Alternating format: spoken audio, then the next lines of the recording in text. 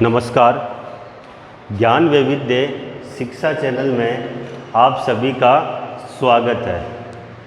आज हम भाषा एवं पाठ्य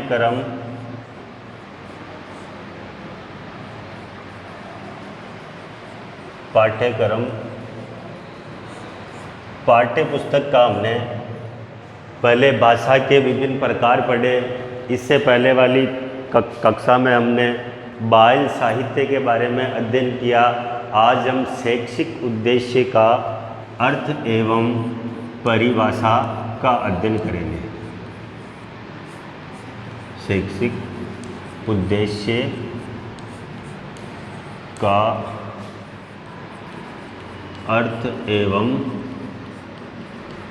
परिभाषा कि शैक्षिक उद्देश्य क्या होते हैं और शैक्षिक और शैक्षणिक उद्देश्यों में क्या अंतर होता है।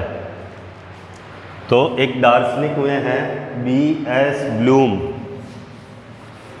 प्रसिद्ध दार्शनिक हुए हैं B.S.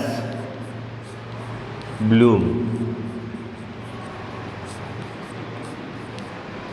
इन्होंने शैक्षिक उद्देश्यों को परिभाषित करते हुए कहा है कि शैक्षिक उद्देश्य मात्र वे लक्ष्य नहीं हैं जिनकी समप्राप्ति हेतु पाठ्यचर्या की संरचना की जाती है और शिक्षण या अनुदेशन निर्देशित होता है। ये B.S. ब्लूम ने कहा है कि शैक्षिक उद्देश्य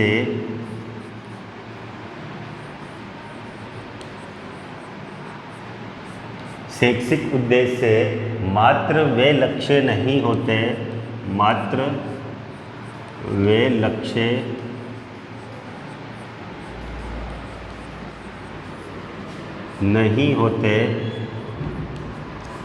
कौन से लक्ष्य नहीं होते? जिनकी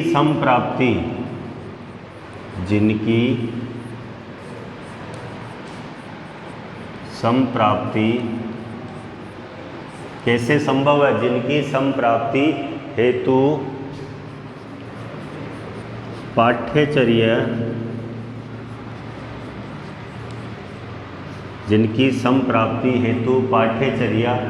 की संरचना की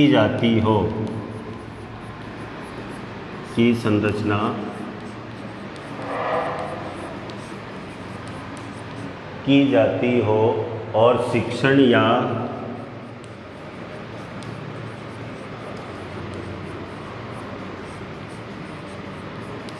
अनुदेशन निर्देशित होता हो।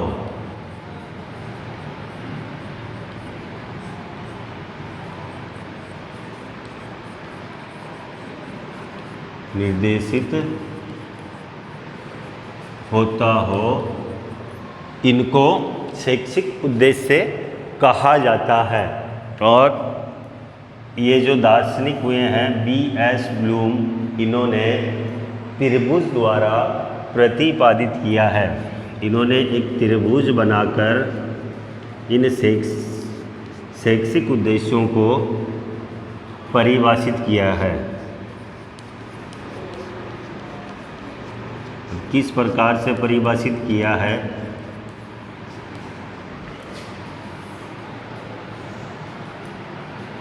इस त्रिभुज के माध्यम से इन्होंने परिभाषित किया है। ये हो गया शिक्षण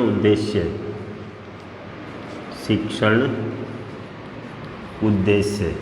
इन्होंने त्रिभुज के ऊपर रखा है शिक्षण उद्देश्य, और इन्होंने यहाँ पर रखा है मूल्यांकन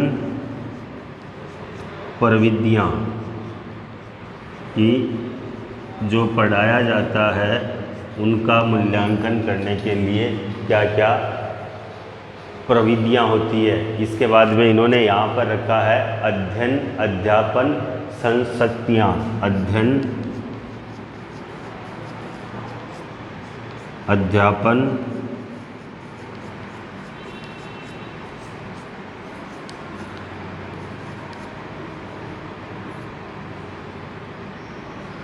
संस्ततियाँ। तो ये ब्लूम द्वारा त्रिभुज के माध्यम से इस शैक्षिक उद्देश्यों का प्रतिपादन किया गया। इन्होंने कहा कि शैक्षिक उद्देश्य मात्र वे लक्ष्य नहीं होते जिनकी संप्राप्ति हेतु पाठ्यचर्या की संरचना की जाती हो और शिक्षण या अनुदेशन निर्देशित होता हो, तो इनको कहते हैं शैक्षिक उद्देश्य। फिर उन्होंने एक त्रिभुज बनाया, उसमें इन्होंने लिखा शैक्षणिक उद्देश्य। फिर उन्होंने उसको नीचे इनको दो भागों में किया, अध्ययन अध्यापन संस्ततियाँ और एक होती है मूल्यांकन प्रविधियाँ। इसके बाद में शैक्षिक उद्देश्य और शिक्षण उद्देश्यों में अंतर क्या होता है, इन दोनों के अंदर अंतर क्या होता है, ये अब हम देखते हैं कि इन दोनों में मुख्य अंतर क्या होता है।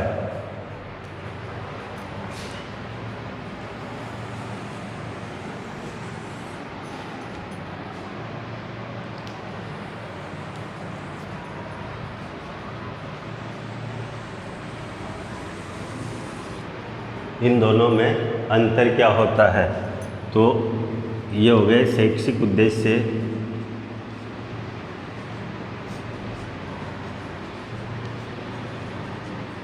और इधर हो गए शैक्षण उद्देश्य, शैक्षिक और शैक्षणिक उद्देश्य।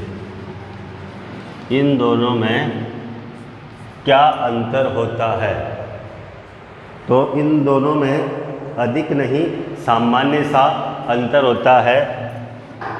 अगर फर्स्ट नंबर की बात करें तो शैक्षिक उद्देश्य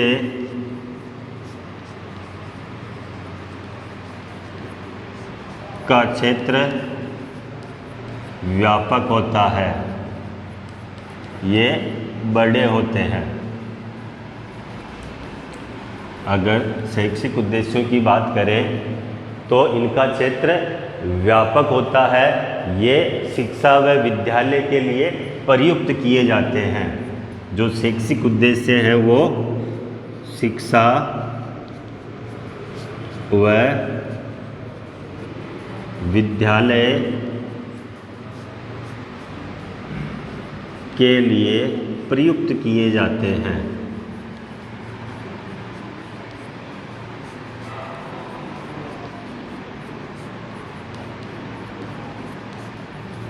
ये हो गया शैक्षिक उद्देश्यों का पहला बिंदु।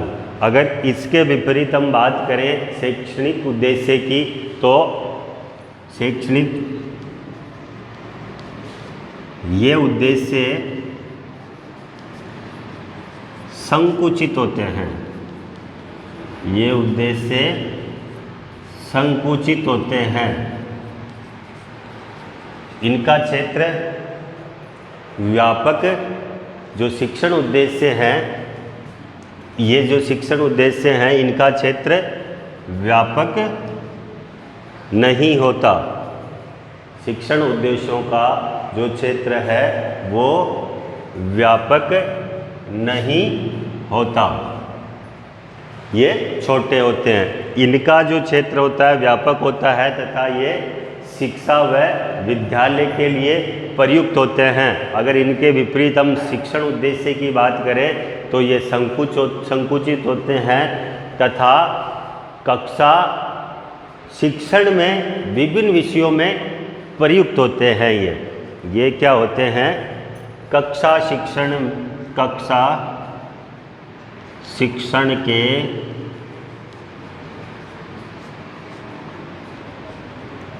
विभिन्न विषयों में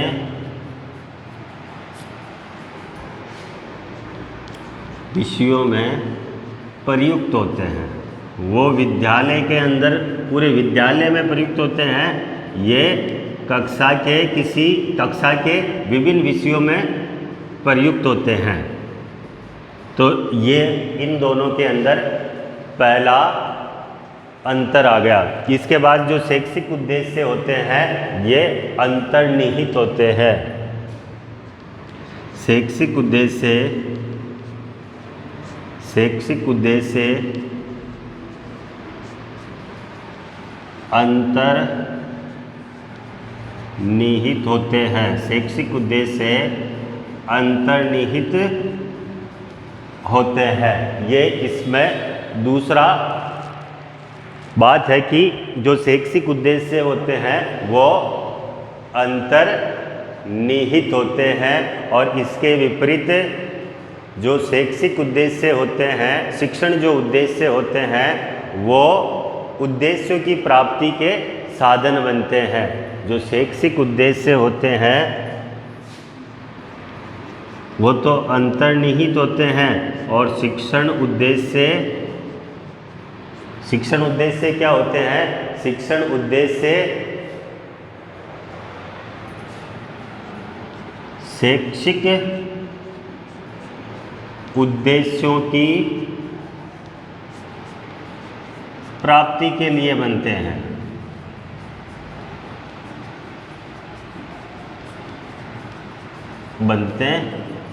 ये जो शिक्षण उद्देश्य हैं वो इन शैक्षिक उद्देश्यों को प्राप्त करने के लिए ही शिक्षण उद्देश्यों का निर्माण होता है। जो शैक्षिक उद्देश्य वो तो अपने आप में अंतर्निहित होते हैं, इनको किसी के द्वारा प्राप्त नहीं किया जाता, ये अपने आप में प्राप्त होते हैं।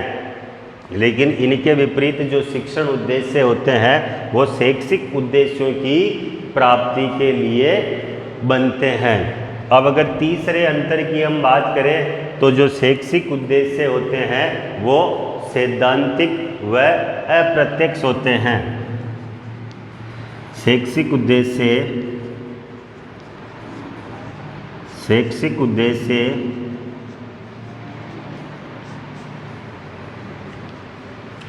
सैद्धांतिक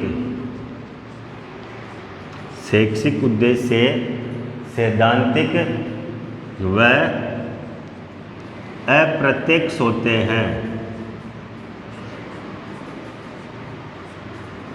अगर हम इसके विपरीत शिक्षण उद्देश्य की बात करें तो वो प्रत्यक्ष होते हैं, कक्षागत शिक्षण प्रक्रिया को निर्देशित कर गति प्रदान करते हैं।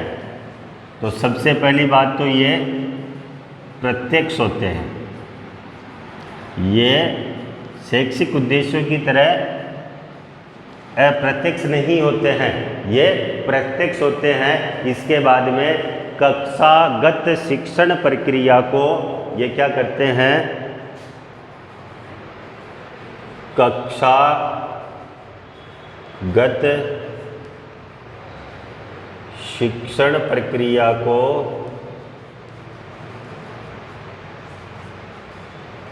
निर्देशित कर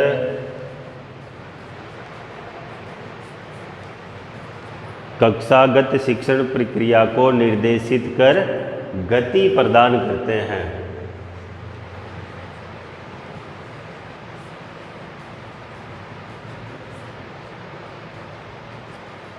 गति प्रदान करते हैं। तो ये हो गए इसके अंदर तीन अंतर। इसके बाद में जो शैक्षिक उद्देश्य होते हैं इनकी प्राप्ति लंबी अवधि में की जाती है।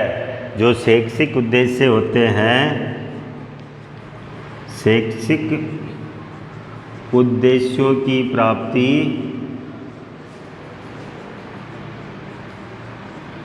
लंबी अवधि में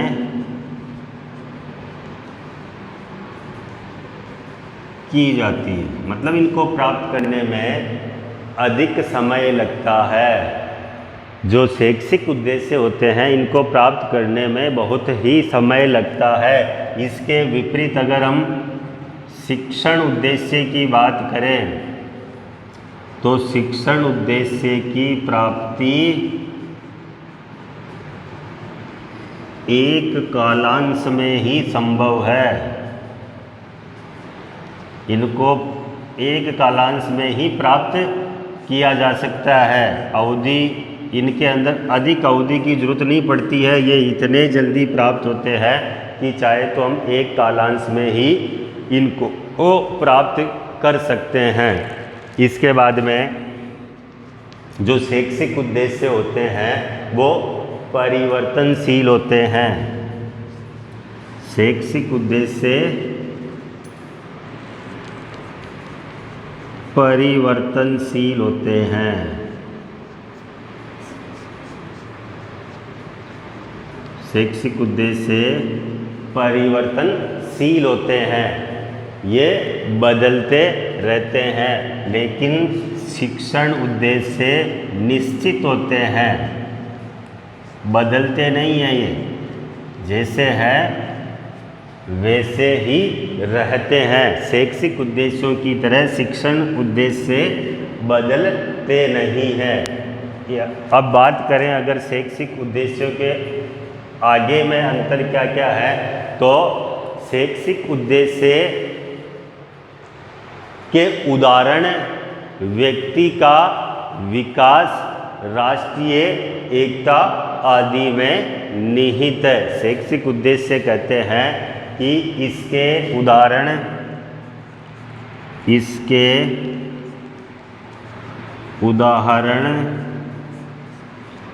उदाहरण? शैक्षिक उद्देश्य के उदाहरण व्यक्ति का विकास कैसे होता है? व्यक्ति का विकास राष्ट्रीय एकता, व्यक्ति का विकास राष्ट्रीय एकता बताया गया है। लेकिन हम बात करें इसके विपरीत शिक्षण उद्देश्य की, तो इसका उदाहरण तो व्यक्ति का विकास राष्ट्रीय एकता है, लेकिन इसका उदाहरण ज्ञान, बोध, कौशल और अभिरुचि है। इसका उदाहरण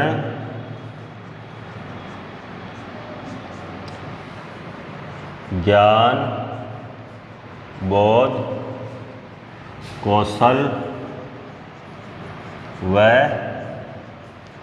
उसकी किस में रुचि है उसके द्वारा व्यक्ति का विकास होता है। इसमें तो बता दिया कि राष्ट्रीय एकता से व्यक्ति का विकास होगा, लेकिन शिक्षण उद्देश्य कहता है कि व्यक्ति का विकास तब होगा जब ज्ञान होगा, बोध होगा, कौशल होगा और अभिरुचि होगी। इसके बाद में शैक्षिक उद्देश्य कहता है कि शैक्षिक उद्देश्यों का संबंध विद्यालय के सभी विषयों से होता है। इस शैक्षिक उद्देश्यों का संबंध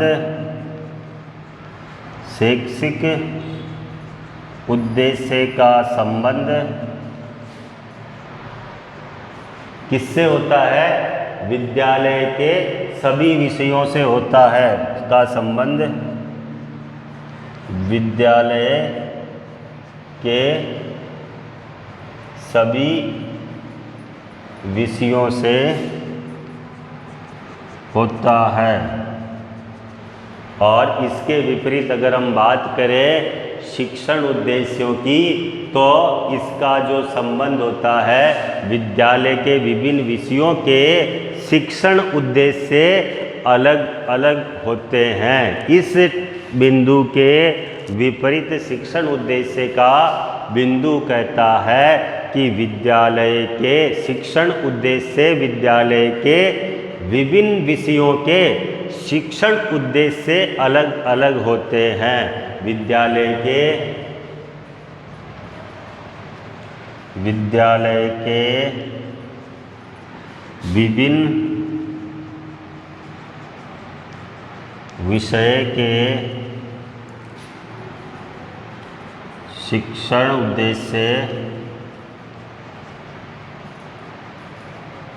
अलग अलग होते हैं। अगर हम बात करें आगे क्या अंतर हो सकता है, तो इसका आधार सामाजिक एवं दार्शनिक होता है। किसका आधार? शैक्षिक उद्देश्यों का आधार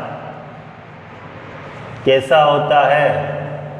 सामाजिक व दार्शनिक। और इसके विपरीत शिक्षण उद्देश्यों का आधार क्या होता है? मनोवैज्ञानिक। इनका आधार मनोवैज्ञानिक है। अगर हम और आगे अंतर की बात करें कि इनमें और क्या अंतर हो सकता है शैक्षिक और शिक्षण उद्देश्यों में, ये सामान्य होते हैं। कौन? शैक्षिक उद्देश्य सामान्य होते हैं, लेकिन शिक्षण उद्देश्य कैसे होते हैं? ये विशिष्ट एवं कार्यपरक होते हैं। ये तो सामान्य होते हैं और इसके विपरीत शिक्षण उद्देश्य विशिष्ट एवं कार्यपरक होते हैं। ये मुख्य अंतर थे किसमें? शैक्षिक उद्देश्य एवं शिक्षण उद्देश्यों में अंतर बताया गया है। तो नंबर 1, शैक्षिक उद्देश्यों का क्षेत्र व्यापक होता है, लेकिन इसके विपरीत शिक्षण उद्देश्य की हम बात करें तो शिक्षण उद्देश्य संकुचित होते हैं, छोटे होते हैं। ये क्या है? शिक्षा एवं विद्यालय के लिए प्रयुक्त किए जाते हैं, लेकिन शिक्षण उद्देश्य कक्षा शिक्षण विभिन्न विद्यालयों में प्रयुक्त होते हैं। इसके बाद शैक्षिक उद्देश्य अपने आप में निहित होते हैं, मतलब अंतर्निहित होते हैं, लेकिन शिक्षण उद्देश्य शैक्षिक उद्देश्यों की प्राप्ति के लिए बनते हैं। इनकी प्राप्ति के लिए इन उद्देश्यों को बनाया गया। इसके बाद में शैक्षिक उद्देश्य सैद्धांतिक व अप्रत्यक्ष होते हैं। तो ये कहता है कि शिक्षण उद्देश्य शैक्षिक उद्देश्य प्रत्यक्ष होते हैं, कक्षागत शिक्षण प्राप्ति के लिए निर्देशित करके गति प्रदान करते हैं। शैक्षिक उद्देश्यों की प्राप्ति लंबी अवधि में की जाती है, शिक्षण उद्देश्यों की प्राप्ति एक कालांश में ही की जा सकती है। परिवर्तनशील होते हैं। कौन? शैक्षिक उद्देश्य, लेकिन शिक्षण उद्देश्य निश्चित होते हैं, बदलते नहीं हैं। ये कभी भी बदल सकते हैं, वो नहीं बदलेंगे। इनके उदाहरण व्यक्ति का विकास राष्ट्रीय एकता में है, लेकिन वो कहता है कि व्यक्ति का विकास ज्ञान, बोध, कौशल और अभिरुचि से होता है। शैक्षिक उद्देश्य का संबंध विद्यालय के सभी विषयों से होता है, लेकिन शिक्षण उद्देश्यों का संबंध विभिन्न विषयों के शिक्षण उद्देश्यों का अलग अलग होता है। इनका आधार सामाजिक व दार्शनिक होता है, लेकिन शिक्षण उद्देश्य मनोवैज्ञानिक होते हैं। ये सामान्य होते हैं शैक्षिक उद्देश्य, लेकिन शिक्षण उद्देश्य हैं वो विशिष्ट और कार्यपरक होते हैं। आज की क्लास में हम बस इतना ही पढ़ेंगे, आप इनको नोट कर लीजिएगा।